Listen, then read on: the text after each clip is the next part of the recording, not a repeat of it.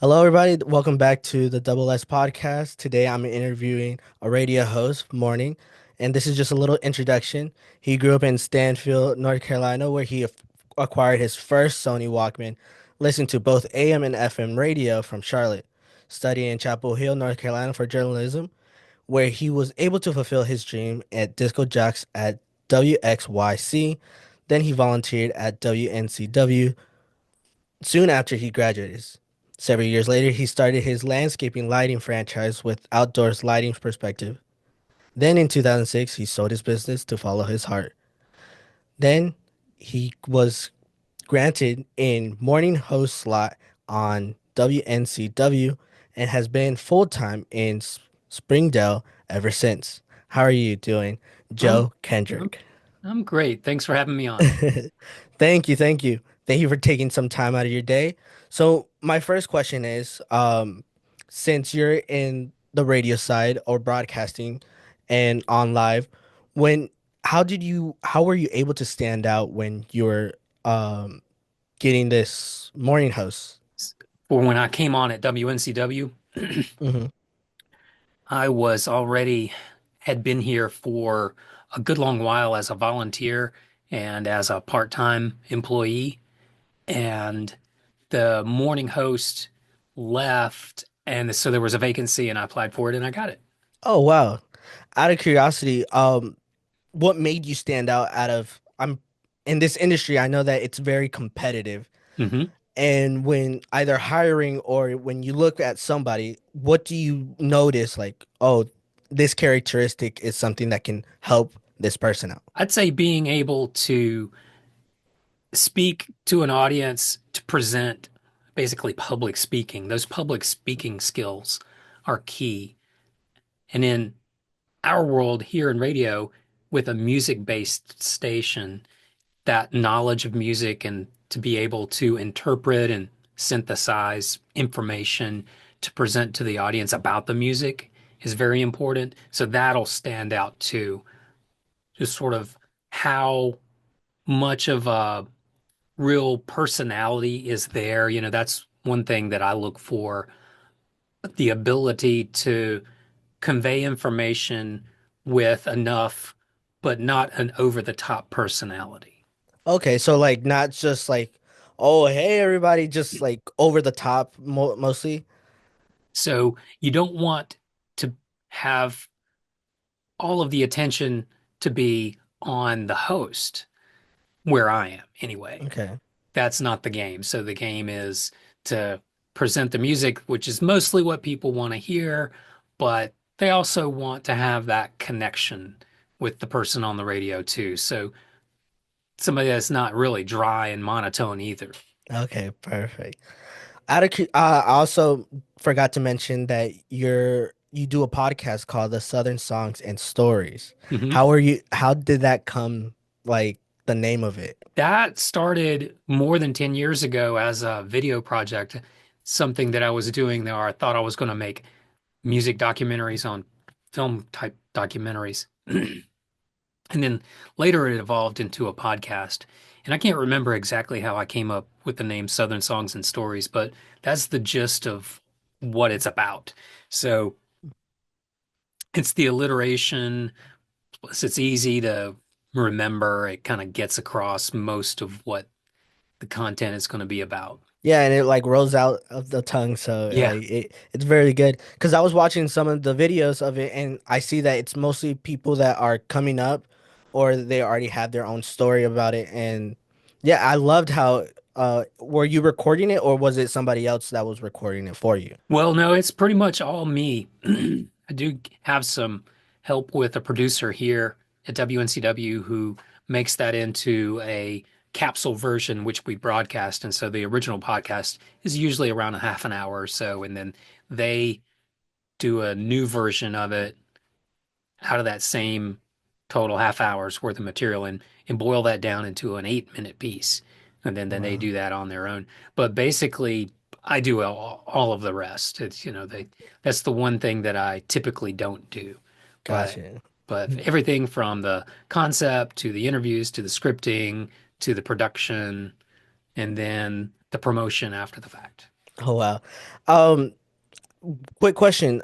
When it comes to preparing for any interview when you're doing, how long does it usually take you to do it? You can spend as much time as you want. Excuse me. And it's a challenge sometimes to stop preparing for an interview, honestly, for me, because you can just keep reading about an artist, keep listening to their music, keep thinking of new questions or angles to pursue something you want to draw out in a conversation. But, with my podcast, the conversation, the actual interviews tend to be something like 20 to 45 minutes on average. And, I'll spend hours preparing for that interview typically. Okay. I want to take it back just a little bit. How were you introduced to the radio side, or like how did you know this was your passion? I think just when I was a little kid, I was just so interested in radio ever since I was little and would listen to the radio after school. I would call into the radio stations and make requests. I would call and ask the DJ why they would play certain songs that I didn't like. Gotcha. Do you think it was easier back then when you were DJing at when you were volunteering, or do you think it's easier now? Well, as far as being able to get on board, so it was incredibly hard to get on at WXYC in Chapel Hill, for example, because radio was king. Everybody wanted to do it. It was the coolest thing. And there was literally a long line of people waiting to interview. And it was a pretty hard interview to get some of the few spots that they had open every semester. And now there are very fewer people that are getting into radio. It's not a new thing. It's not the king anymore. Mhm. So there's that, it's like, so it's a lot easier to get on as a volunteer here at WNCW, for example, than it might have been 30 years ago. Okay, But but we still bring on volunteers and love to have volunteers. that's amazing. I see when I was doing my research on you, I saw that you did several years in landscaping lighting. Hmm. And out of curiosity, how in your heart, how were you able to let go? Because I feel like when you start your own business, it's your baby, it's your kid that you saw grow up. How did you know when to let go of that? It was a great thing for me to do that, and it taught me a lot, and it was empowering, and there were some really good years. But eventually, I didn't really feel at home with the overall culture of the franchise. Honestly, it wasn't the best fit for me personally, and it became harder and harder to make profit in the business as it became much more widespread. So that business, when I started, was practically a brand new idea here in North Carolina. Very, very few examples of companies doing that. And it became a big thing. And then pretty soon after somebody else sees you being successful at any kind of business model, then they copy it. So you get all sorts of competition, and then eventually it was time to go, and I sold the business, and I was fine with that. I miss some of the freedom of those days, and and but I will say that I'm still an entrepreneur at heart. So essentially Southern Songs and Stories is like another entrepreneurial venture. I don't have to do this for my job in radio. I could easily just do any number of other things with the time that I spend on the podcast. I had another question. Oh, when you were in Chapel Hill, you entered journalism. Right. Yeah. Did you think that kind of helped you more into be more of a public speaker? Because I feel like there is some people that go for journalism, but also they like to just be at the back end, just type Mhm. it in and then just leave it like that. I wasn't necessarily getting into public speaking in college. My main interest was in advertising in those days, and I thought that I would be a creative at an ad agency, and never really wound up doing that. But I guess public speaking came out of my radio experience, And that's given me more opportunities to do things like MC at shows and festivals. I even had a presentation at Queen's University in Charlotte this past January. Every once in a while, I'll find myself doing something like that where I'm in front of the public. And honestly, it's been a learning curve for me to get more comfortable in front of a live audience because I'm most comfortable behind the microphone in a in a radio setting or in a podcast. Yeah. But so it wasn't necessarily my first instinct to be live in front of people Mhm. as much Yeah. as it was that I just loved radio so much and loved really writing it is a large part of it too. So like going back to college with the advertising, it's kind of a desire to be creative, to write. And so that's carried through with the podcast, definitely. But really, presenting on the radio in some ways is largely tied to writing because what I find is that some of the people that are the best presenters that can speak very well on the radio tend to be readers and writers. Okay. If you can start all over with starting back when you're in college, would you change anything? Or would like to have some information before, like you wish you would have had beforehand? I think about this every once in a while and wonder, would you take the bargain when your future self comes to you and say, this is a mistake. You should do this instead. Because I've Yeah. had a few of those times in my past where, I had a call from, a company where I could have gotten an interview and I bailed on it because I didn't think that it was really what I wanted to do. But then I think later on, I was like, well, I could have been doing really well now. Who knows? Um, but really, what would you do? Because I'm pretty grateful for everything in my life right now. Hmm. So why mess with that? I Yeah. think every choice has its positive and negative. There is nothing perfect as far as a job, especially in Yeah. life. There's always going to be a trade-off somewhere. So I'm not sure. I would have loved to have not made some mistakes. I guess who wouldn't Yeah. love to have not made some mistakes? Don't know if I would have really. I think I really do belong here. I've been here this long.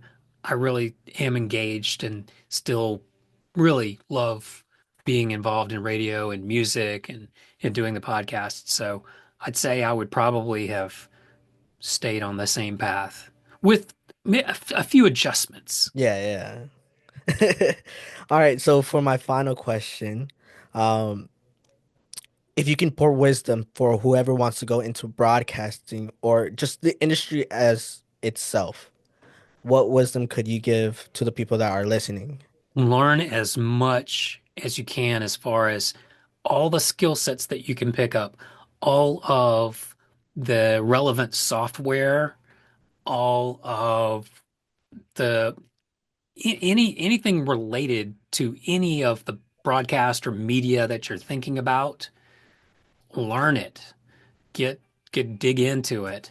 Um, Pick up as many skills as you can, especially nowadays. This has been happening for a long time, but you can't just be in radio and know radio only. Even Hmm. in radio, we have social media and we have newsletters and public engagements and we're out there in person.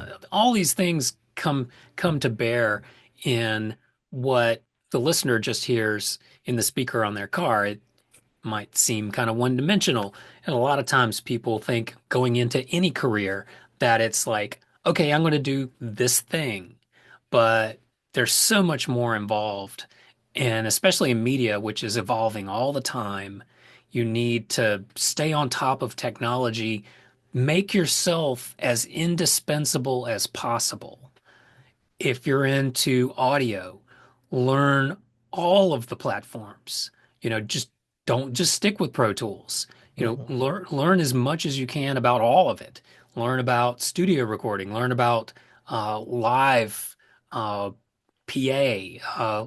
Do make yourself so that you can be plugged in in any situation because a lot of opportunities that you find may be in a small startup or an area where it's not a big staff and you have to wear a lot of hats. Hmm. So you better be able to wear those hats or else you may not get that opportunity. Absolutely.